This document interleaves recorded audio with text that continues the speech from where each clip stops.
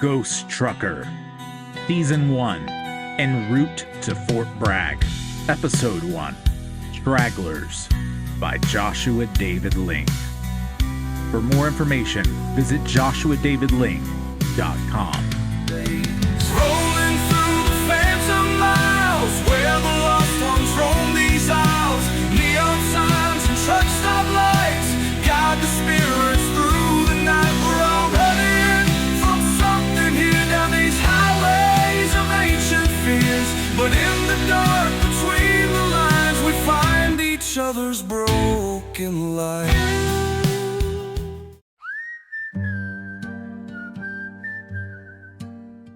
I'll never forget the songs we sang, never forget the games we played.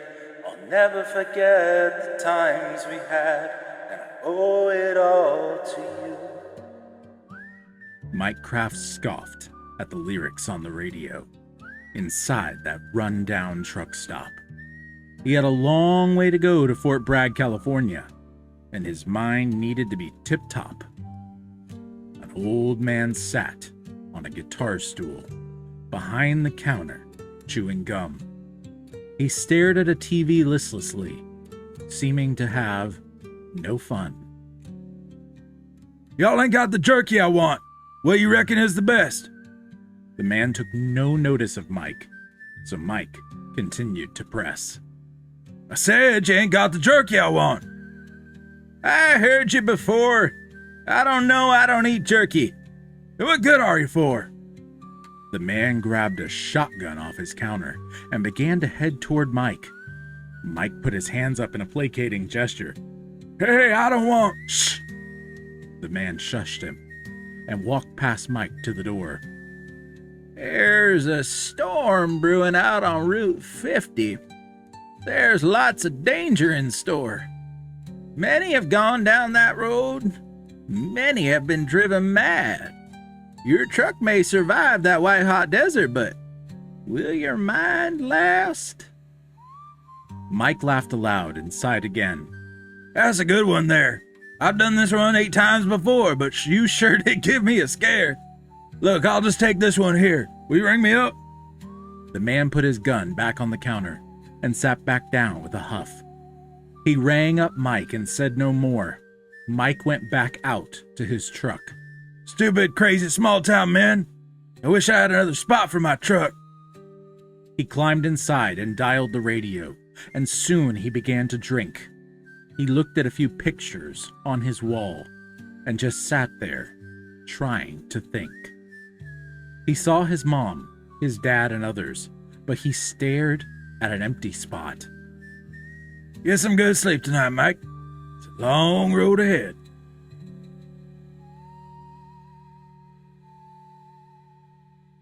Stop! Mike jumped at the sudden scream from his speakers. The radio crackled and popped. But a moment later, his signal came back, and he searched around for his Glock. But nothing else happened that night. And in fact, he slept well. It's a good thing, too, because he would need it to make it through the desert's spells.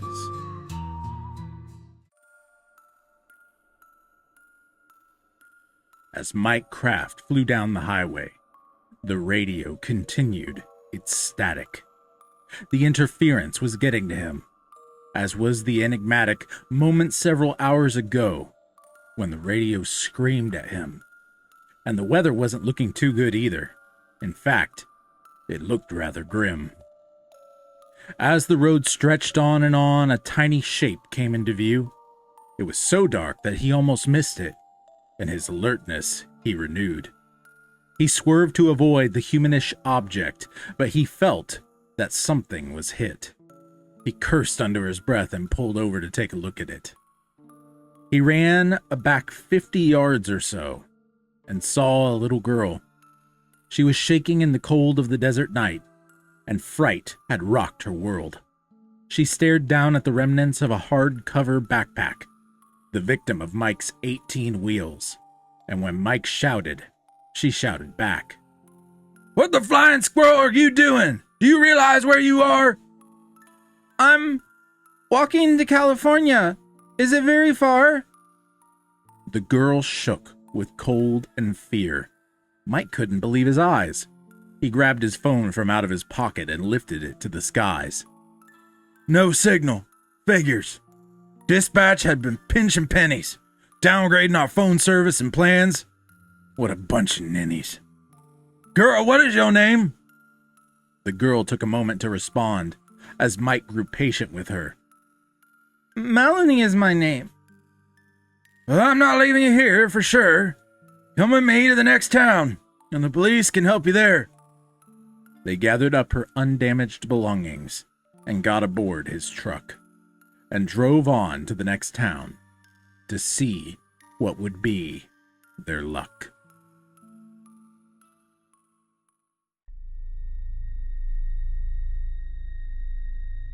Night air was still upon their route. Not even a little breeze. Melanie lay cuddled up in the passenger seat as Mike drove steadily and with ease. Now that she had drifted to sleep, he flipped on his radio, hoping to find a good station to keep him alert and on the go. He flipped to the first channel on the dial.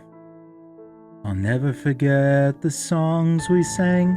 I'll never forget the games we played. I'll never forget the times we had, and I owe it all to you. Mike changed the station. He hated that song, but it buzzed and crackled, and before too long, it repeated those same 4 lines again, and he punched the radio in frustration then. I'll never forget the songs we sang.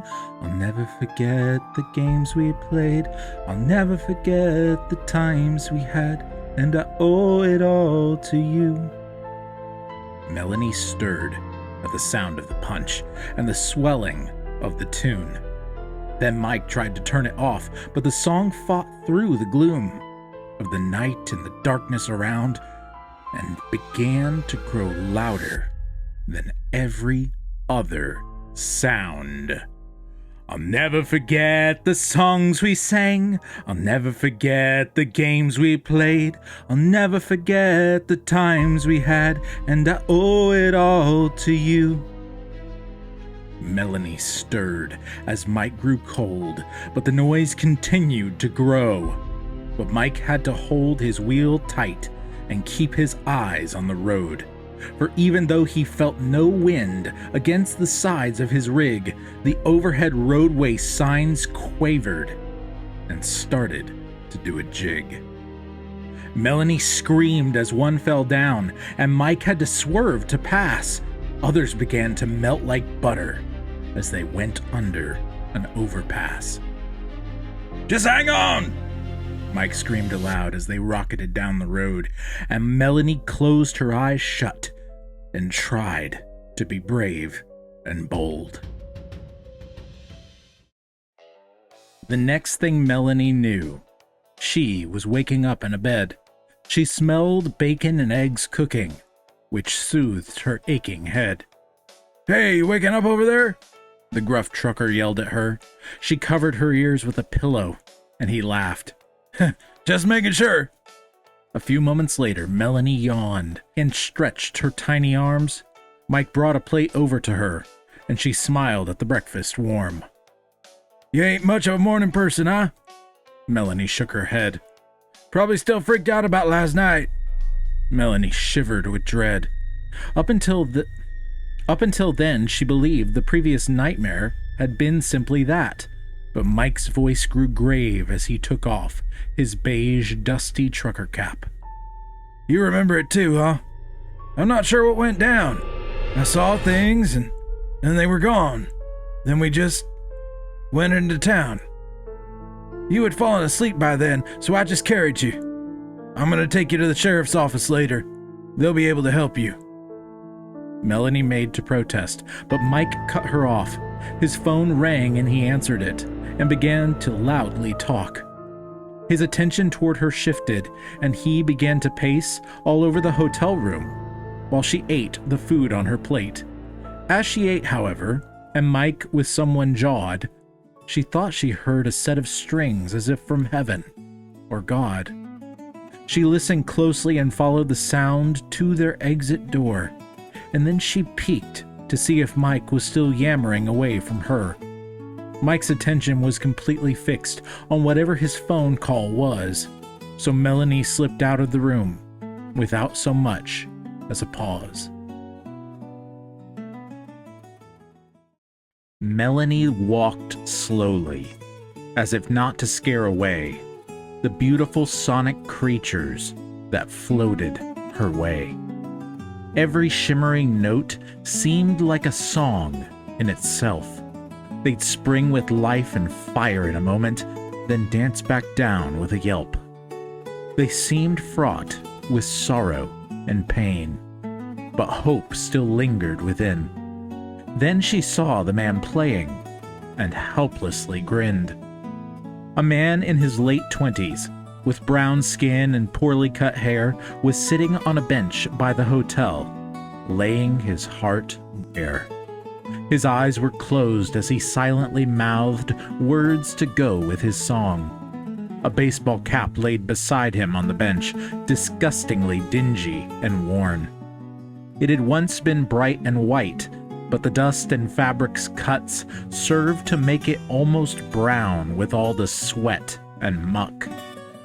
Melanie bobbed her head, and her toes began to tap, and before she knew it, she was dancing and putting coins in the cap. He smiled and kept playing, quickening his pace. She giggled, and the two shared a joy within that tiny space.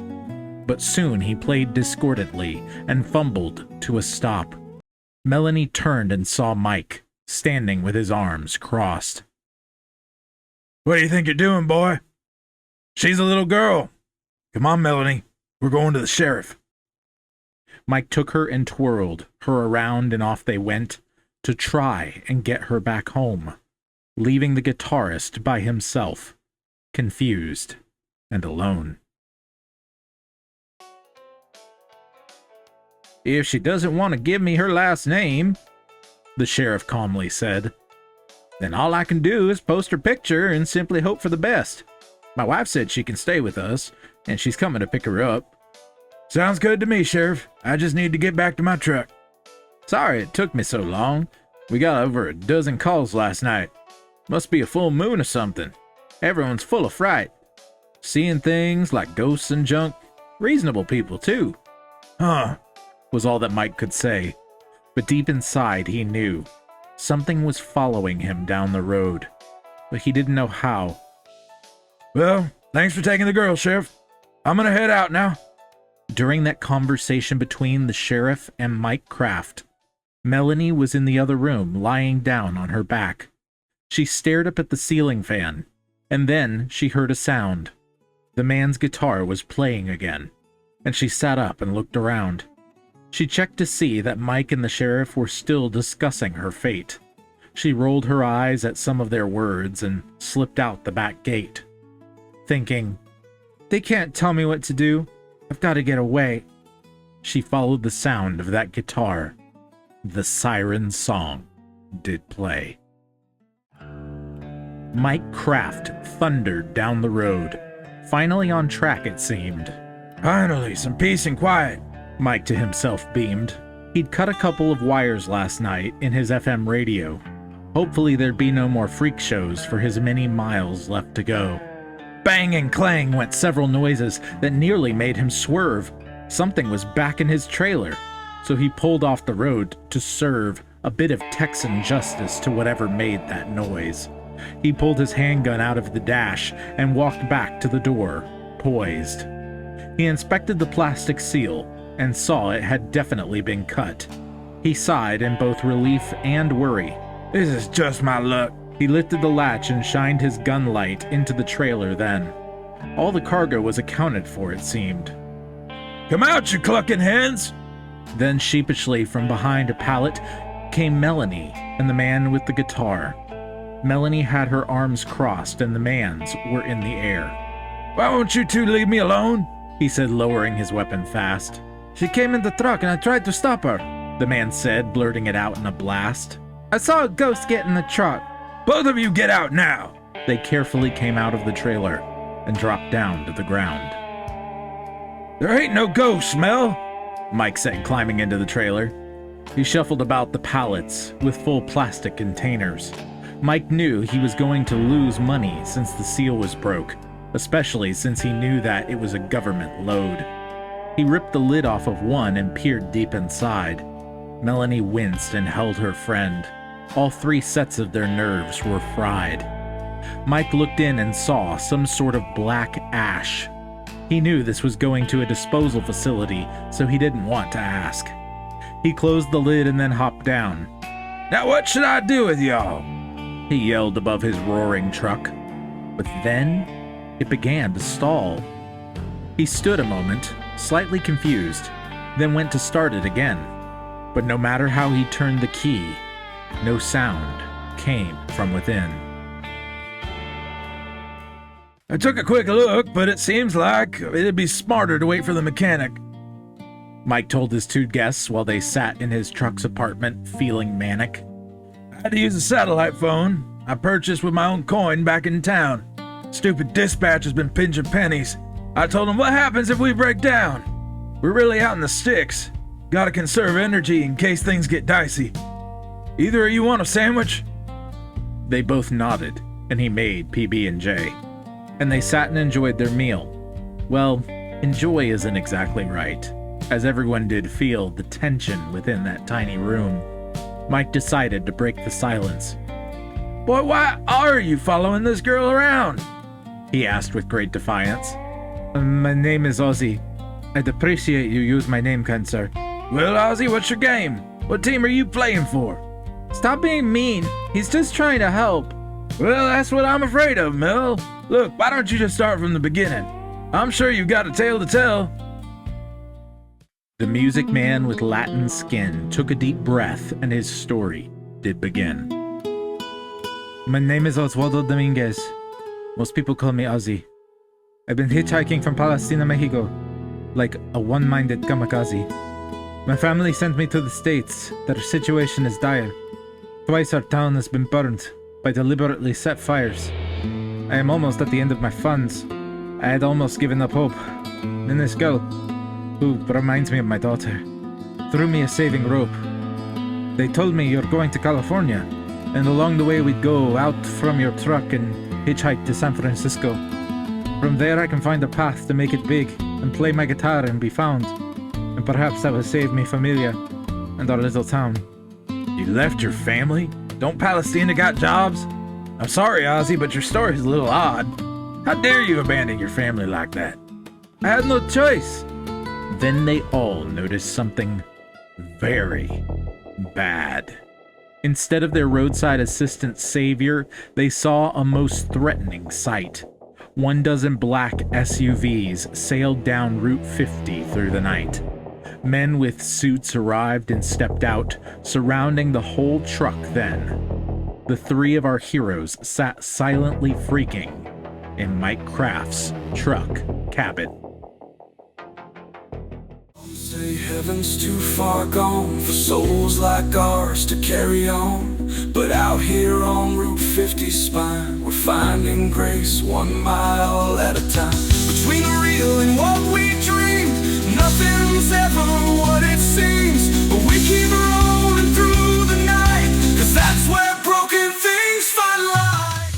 This has been Ghost Trucker by Joshua David Ling.